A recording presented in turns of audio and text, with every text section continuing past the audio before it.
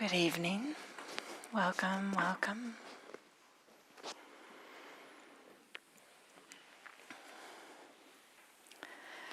I just returned from teaching a retreat, and it's not unusual that at the end of the retreat, or the second to last day, or something like this, maybe the last day, people are asking, well, this was great, but how do I take this into my daily life? This was fantastic. How can I, have more of this at home? How can I practice like I did here at home? This is a perfectly legitimate question. Those of you who have been on retreat know that the retreat setting really offers, the quiet or the settledness of the hall. The simplicity, like life is really simple when you're on retreat. There's just a schedule and very few decisions need to be made. And there's something about the community that kind of like carries us along, that really supports us in unexpected ways. And it's, of course, we want to take this with us.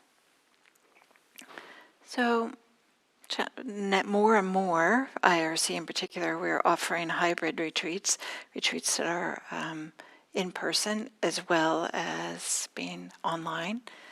Maybe in the same way that this right now is being streamed live on YouTube. Retreats, they're not on YouTube, they're on Zoom, but they're streamed live. But then, you're still at home with all the responsibilities that you have at home. So some of the questions that come up are not only how can I replicate the retreat experience, or how can I just meditate at home? A lot of people are I just want to have a regular meditation practice. I saw what it feels like and the experiences when I do that. But how can I do this at home? It's not so easy.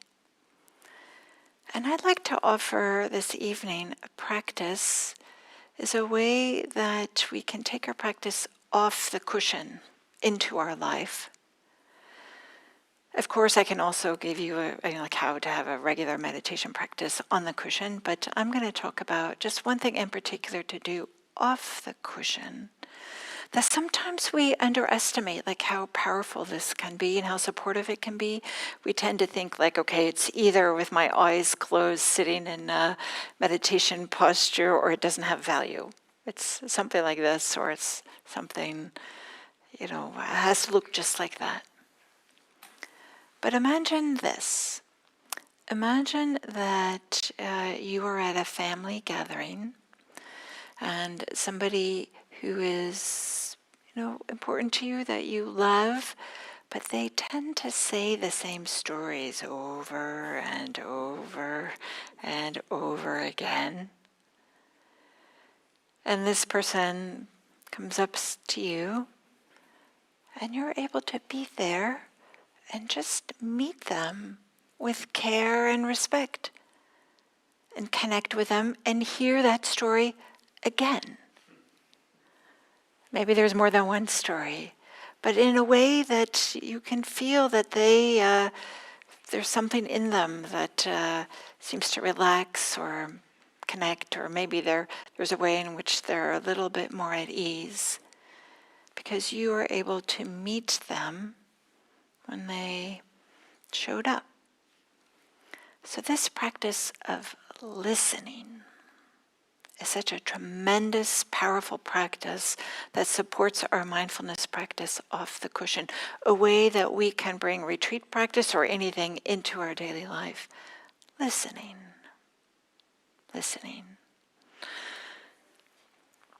So I would say that listening is one of the unsung gems of the Buddhist path. It doesn't fall into any neat and tidy member of the Eightfold Path, even under right speech.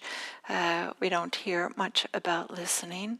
But there's a way that we could say that this whole practice, mindfulness is about listening. And there are so many opportunities in our life to listen to others, to listen to ourselves, maybe even to listen if I were to kind of like stretch this a little bit, we could say listen to the consequences of our actions too. Kind of like this being sensitive to what happens to activities that we are doing or things that we say. And I'd like to start with this line from Mark Nepo. He's a philosopher and a poet. And he has this one line that I think is really great, that in some ways captures this.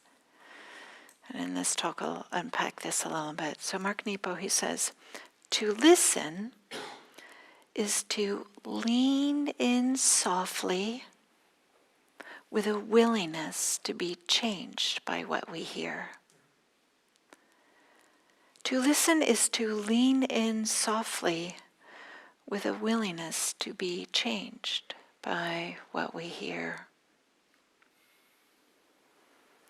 It seems that so many of us come to a Buddhist practice because we have difficulties, we have dukkha, we have suffering, and there's a way in which we're seeking some ease from our suffering, some freedom from some of these difficulties, or some clarity, or some understanding, some relaxation, some peace and ease. And it's not uncommon that as we work with Buddhist teachings or come to a meditation center, go on a meditation retreat, that we find ourselves in spiritual relationships, we might say. Some of you might be familiar with this word like kalyanamitta, like good spiritual friends, people that support our practice. But there's this way in which part of the power of kalyanamitta, these spiritual relationships, which aren't necessarily like intimate relationships, they can be, some of them are, but there's something about like just being together in this room. It just makes it so much easier to sit and listen to a talk where there's a way in which, in some ways, this is spiritual relationship, right? We're not even speaking to one another. I'm doing all the talking. At least right now, there'll be Q&A later. But there's a way in which, with these spiritual relationships, there's maybe we recognize in ourselves a wish to understand, but also maybe a wish to be understood, a wish to be heard or seen in some kind of way. Either that's directly with a conversation with somebody, or maybe by hearing something that you can relate to in a talk, or in some of the conversations that happen in the what we call the social hall, quote unquote, before or after the talk. And there's this way in which we do feel, if we do feel like we're understood or understanding, that it helps create the conditions in which we can maybe start to understand the nature of our suffering, the nature of our dukkha. Maybe we can see it a little bit differently when it's reflected by others, or we see it in others talking about it, or maybe there's this way that if we feel like we're seen, or we recognize some things in something else in others, there's a way in which we can relax a little bit. There's something comforting about kind of like having our experiences normalized. Because what gets spoken about in Dharma talks so often is not what the dominant culture is. And to meditate or to have some of these ideas of, I'm having some real dukkha here, or maybe not the word dukkha, you would say some suffering, existential crisis, or I feel so confused, or I find myself filled with all this ill will and hatred, I don't know what to do with it, or whatever it might be. There's this way that being heard or seeing ourselves and others allows us to find, I would say, part of our own avenue out of suffering. It's not that we have to listen to find the complete instructions of exactly everything to do, but it creates the conditions in which our own wisdom can be known by ourselves. To be sure, it's tremendously helpful to share with others and have direct conversations about what's happening. But there's a way also, just this maybe subtle sense of relief, like, oh yeah, other people, they get it, or I understand, or yeah, this resonates, something like that can help us find our own way, not relying entirely on what we read in books or hear in Dharma talks. So maybe I'll just distinguish this idea between listening from hearing. Because listening, maybe I would say, is an active, deliberate activity, something that we do. We're intentionally putting our attention on something. In contrast to hearing, which it just as passively happens, we don't choose it. I don't even know if it's possible to not hear. I don't think so. I think if we have ears that work and there's sounds that happen, there's hearing that arises. So it's just a receptivity, maybe I would say, that humans have. But I would say even noticing the difference between hearing and listening, that alone is a mindfulness practice. This subtle movement, like, oh yeah, what is that? Instead of just having background noise all the time or something like that.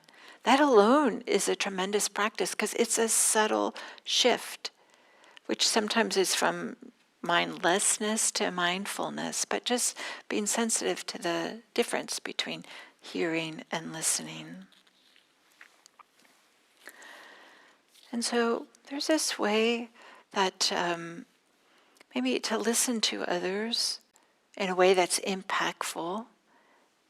And part of it is to witness others, to allow others to be seen, feel like they've been seen and heard.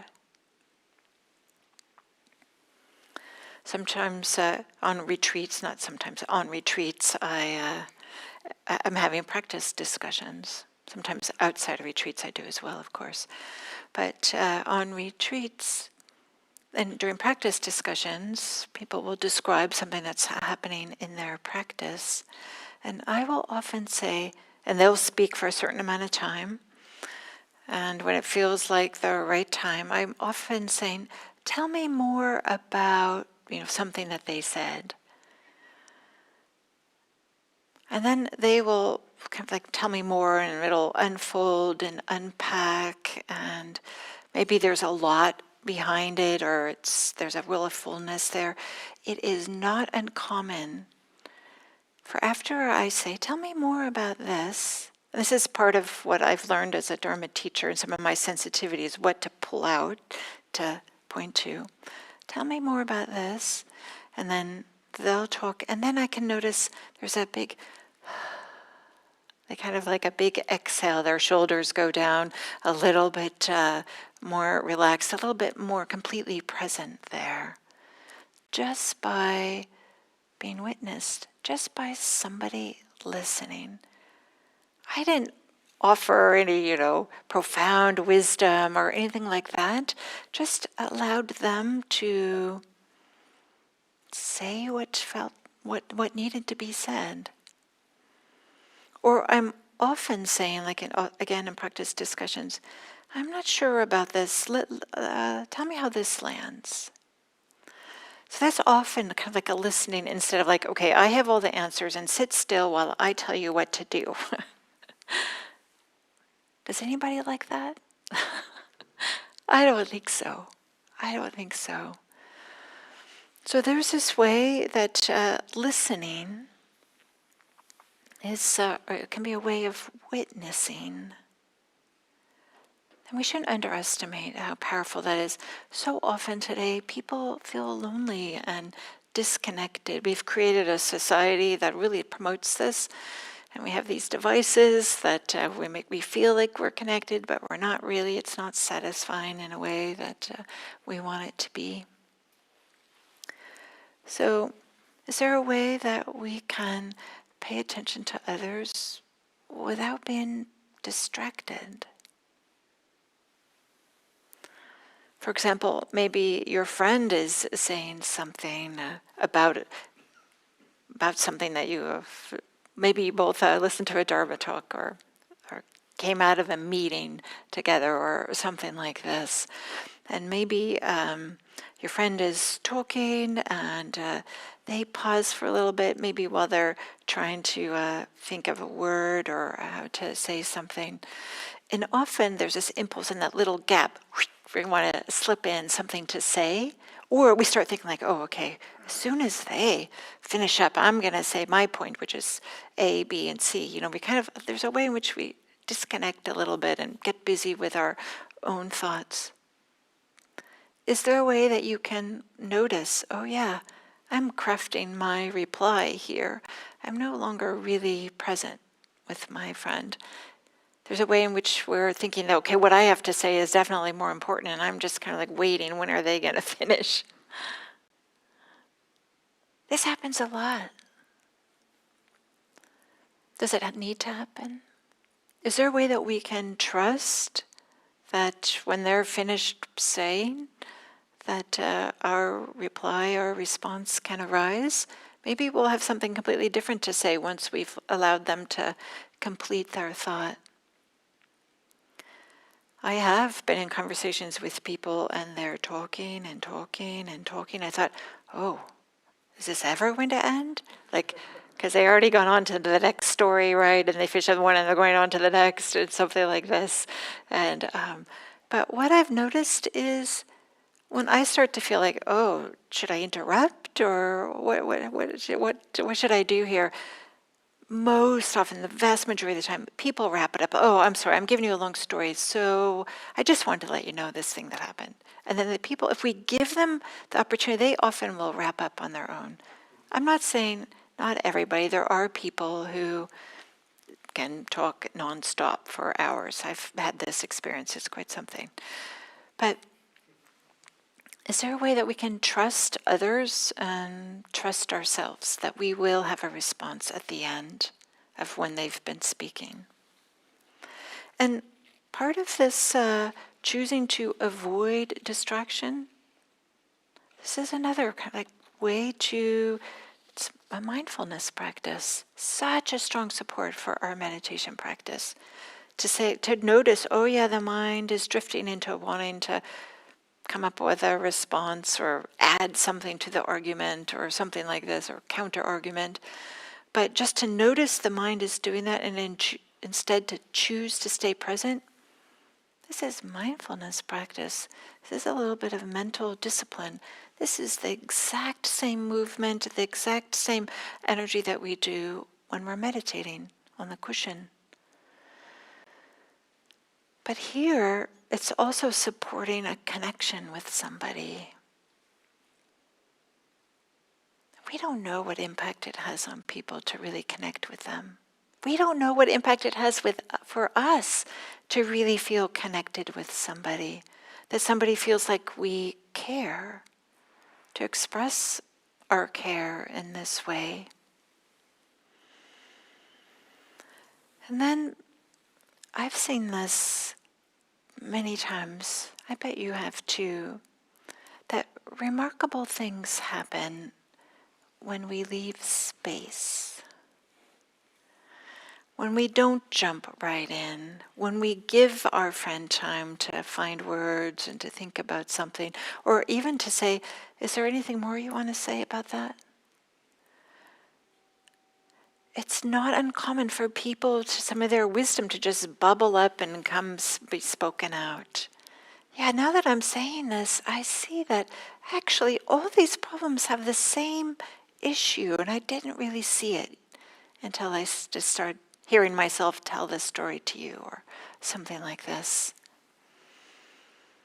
There's the same way for ourselves, right? If we give space to ourselves, instead of this feeling like, nope, I have to fix this right now, I have to understand it right now, I got to figure it out and solve it, or, massage it, manufacture, manipulate, engineer, all these things we like to do with our experiences. Remarkable things can happen with space.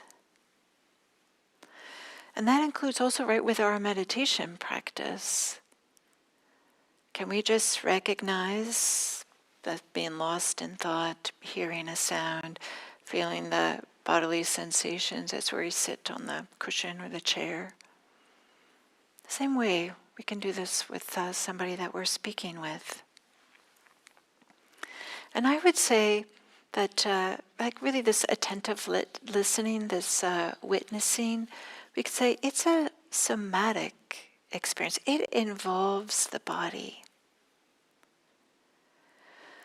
While others are speaking, there can be just a checking in. How's the throat?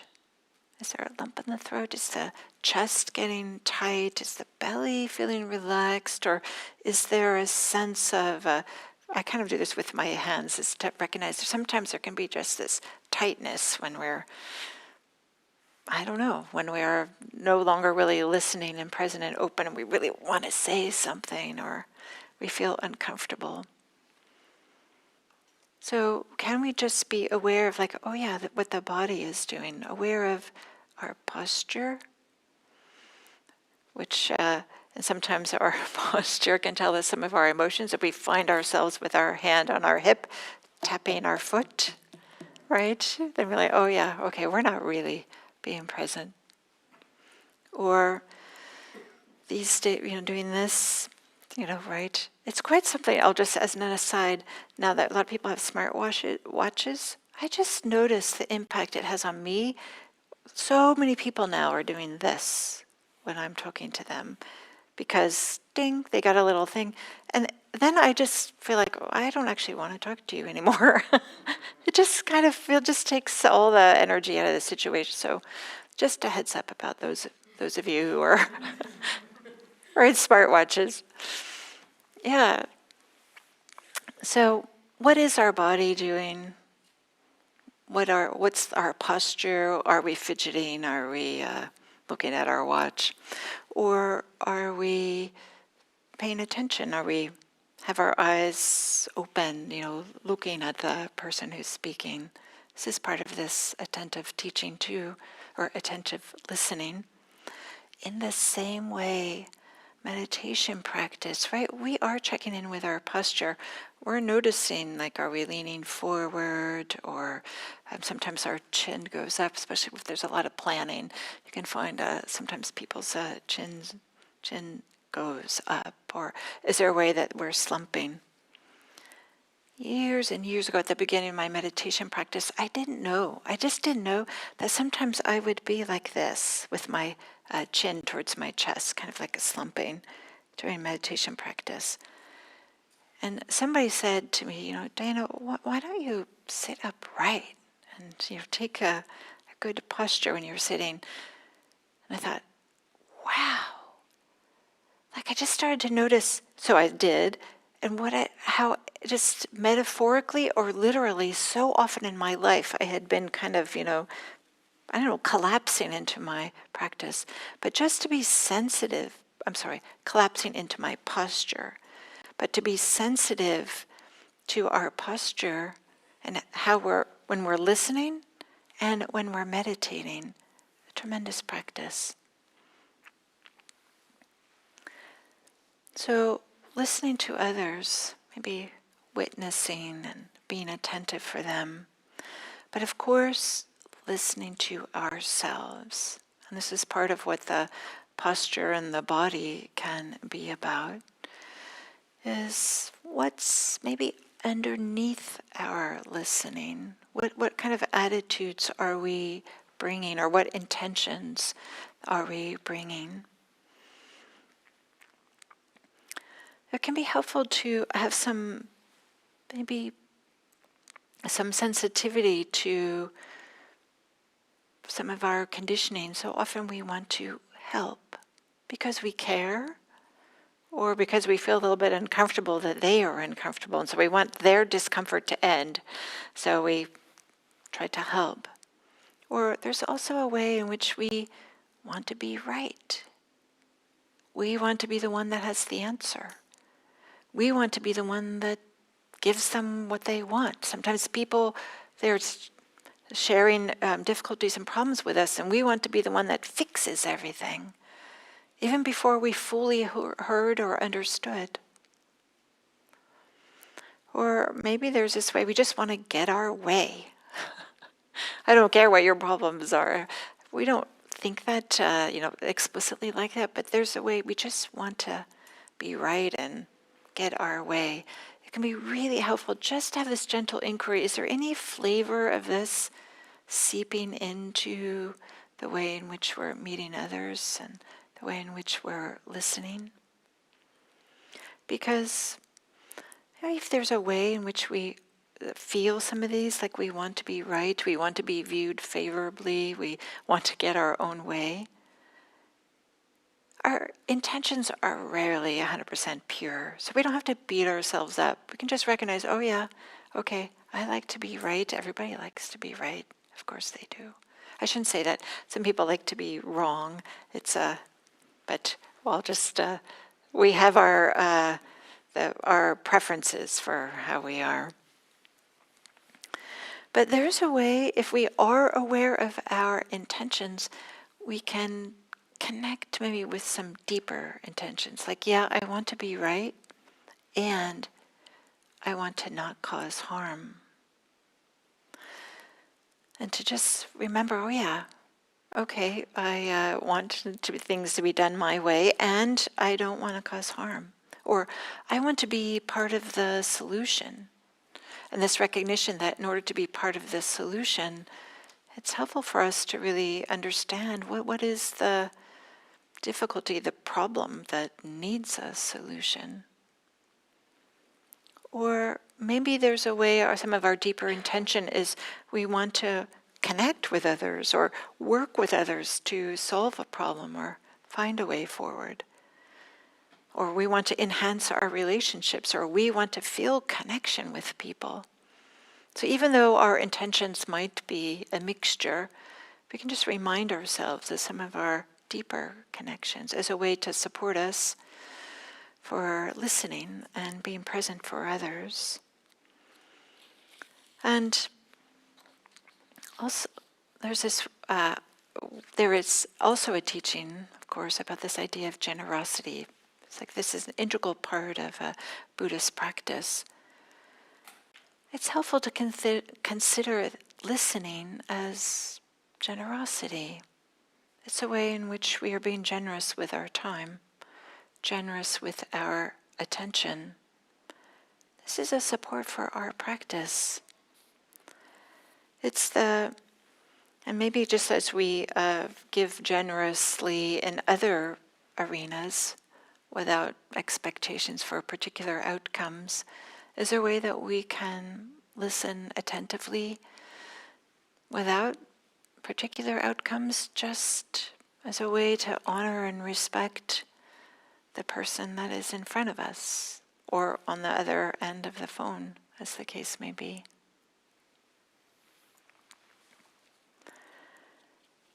Now I'll just say briefly this idea of listening to the consequences of our actions.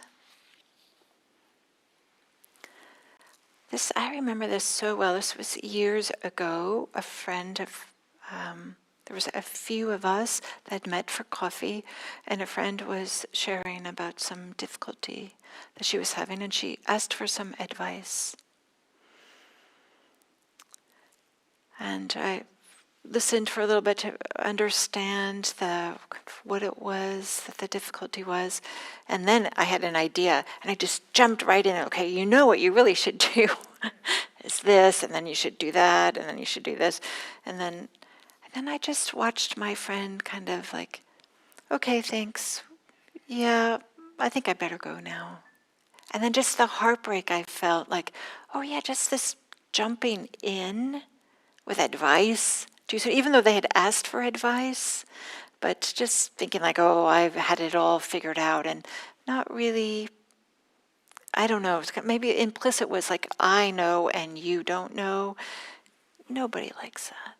Nobody likes that. So we are responsible for our actions and the consequences of our actions. And maybe listening is also listening to the consequences of what we say and what we do.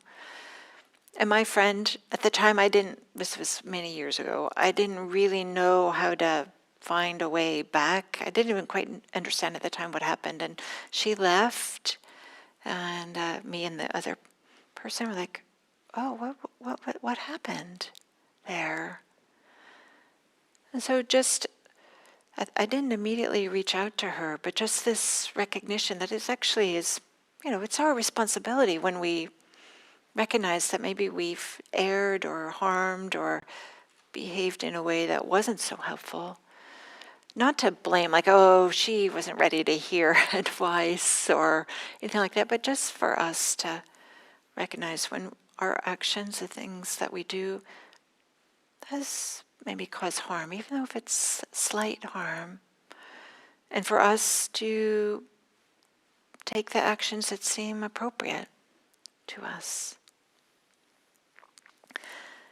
We might call this after the fact listening, or something like that. So I'd like to close with this poem. You will not be surprised by the poet, Rosemerry Trommer. And it's called Willing. Willing by Rosemerry Trommer. Let me listen. Let me not know what to say. Let me receive the world as it slurs and shrieks, hums and whispers, speaks and bleats. Let me lean ever closer in. There are walls I have built in my ears. There is so much I would rather not hear. Let me listen. Let me receive with wonder. Let all be worthy of note. Let me be witness, eavesdropper, spy. Let me never pretend to be deaf. Let the world slip into me and change me as light changes a room. Let me be silent. Let me listen. And in listening, let me be new.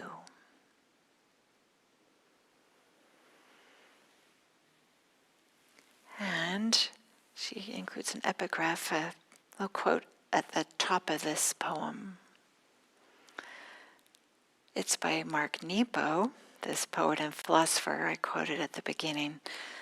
To listen is to lean in softly, with a willingness to be changed by what we hear.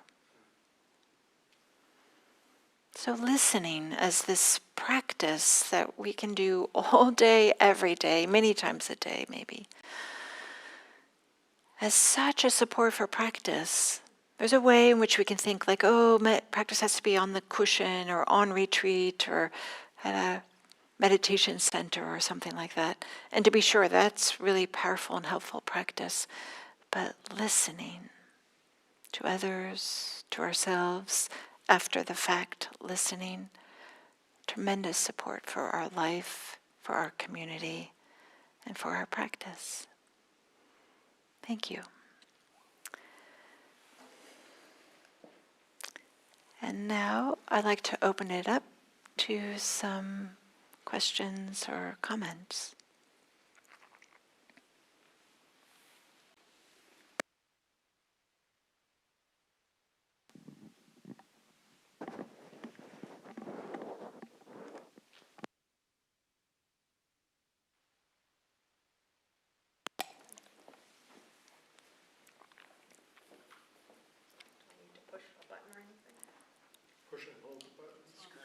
Is there a green light?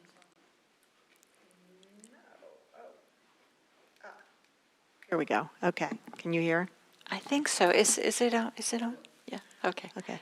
Hi, Diana. Hi. Nice to see you. Nice to see you. It's helpful if you do the like. There you go. Okay. Like a rock star. Okay. I can do that. So this topic, to me, really ties in or connects with right speech. Because the way you were describing interactions with like listening to retreat participants or friends who were sharing, like meaningful conversation, I think listening tends to be maybe a little bit easier for me in those situations. But when I think about, the Eightfold Path and right speech, and it just seems like, I don't know about you, but I am really bombarded these days with a lot of harsh speech, a lot of false speech, a lot of idle chatter, like all of the things that, we're told to sort of guard against. And so when we are the recipients of that kind of, harsh speech, for example, what does one do in terms of how you receive that, or what is a wise way in which to listen and respond in those situations, I guess, is my question. When we're receiving harsh speech or idle chatter or something like this, when somebody is being unwise in their speech towards us. Right. Yeah. Because I hear so often, and I live right now in Washington, D.C., as you know, and maybe I just live in a place that tends to be very political, but everybody is so angry, and it's so hard to just be bombarded with that anger. Like it really, it impacts me, like somatically. And just, I don't want to just like perpetuate that or give that any more life than what it needs. So what does listening look like in those situations? Yeah. I changed the topic.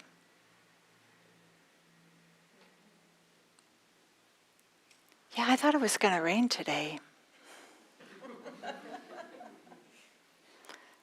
And it's quite something. It's quite effective, too. So I pay attention if people are saying, but I don't, create the conditions in which they can go on and on. And I have, and sometimes I'll say, I'm trying to think of some specific examples. I have the great good fortune that many of my friends, right, are Buddhist practitioners, and they know about right speech and this kind of stuff, right? So,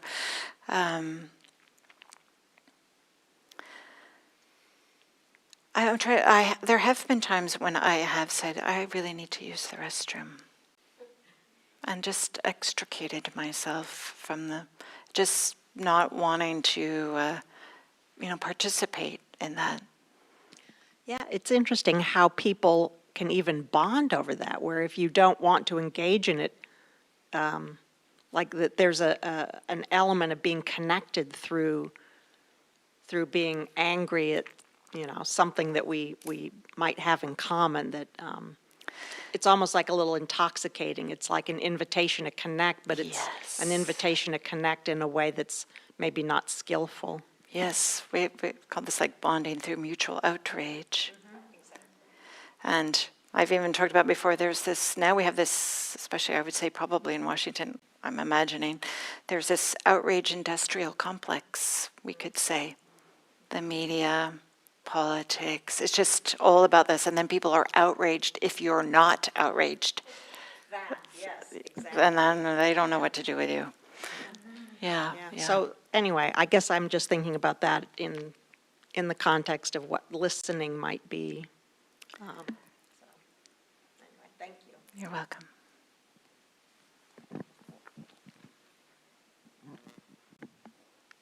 Sometimes I notice in some friendships and some sort of in my social circle, I do a lot of listening, but the other person really is not interested in listening. And so, you kind of face this choice, like, do I remain in relationship with this person, especially if you have a lot of common memories and relationships in common? And it's sort of same sort of question. It's hard to be skillful in those situations because they, even if you sort of break into the conversation and share, there's just not a whole lot of receptivity. Yeah. So I kind of struggle with that sometimes. No, this is a real thing. I want to acknowledge this. And sometimes I mean, I know I have individuals like this as well, and sometimes I find myself just saying, I'd like to interrupt here. And then I'll say, and then I'll reflect back. It seems like a common theme is X, Y, or Z, but I know that I won't get a lot of words, right? And then boom, off they go. But I sometimes just use this words like, I'm going to interrupt here. And that seems to work as well as anything can, I guess. And then also, honestly, I do have a little heartbreak for these individuals that can talk nonstop for a really long time. That do they just their need to be seen, or they're not seeing social cues or whatever. I'm just imagining that their lives have a lot of difficulties in them. Yeah, it's a bit of heartbreak.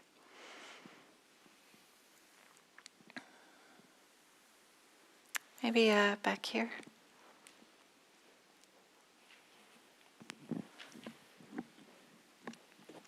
I think I just need to speak about something I'm thinking about as you read the poems, especially, and the meat of most of the topics you covered, like not knowing when you start a conversation if you can let go of some of the judgments, because that's another part of mindfulness, and how if you just purely listen as much as you can purely listen.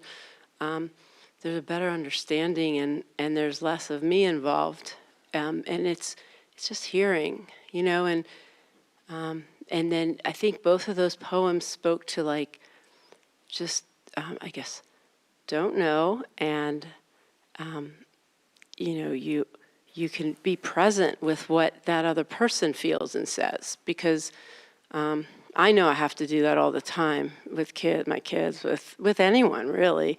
And it offers a better place of being rather in your head. You're more in your heart and you're more connected. And you talked a little bit about that. Maybe having faith in whatever the outcome of the conversation is going to be as a whole, and not thinking about what I want to help them with or respond with while they're speaking. Great. I love it. Thank you very much. I had this, and I had these things in my notes, but ran out of time. So I love that it showed up here in the Q&A. It's perfect. Thank you.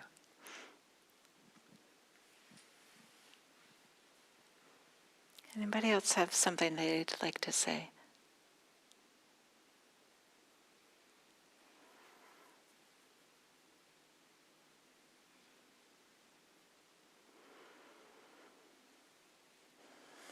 Can we just bring it up here and then? So.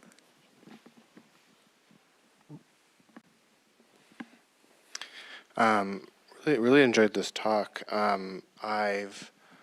A challenge that I have, I think it's something that, as far as I can just sort of how my mind works, is that I have to do quite a lot of work to remember what the conversation is about, or remember if I wanted to say something in a conversation. And it's interesting, especially in retreats where after the retreat I'm so good at letting stuff go, and I just cannot.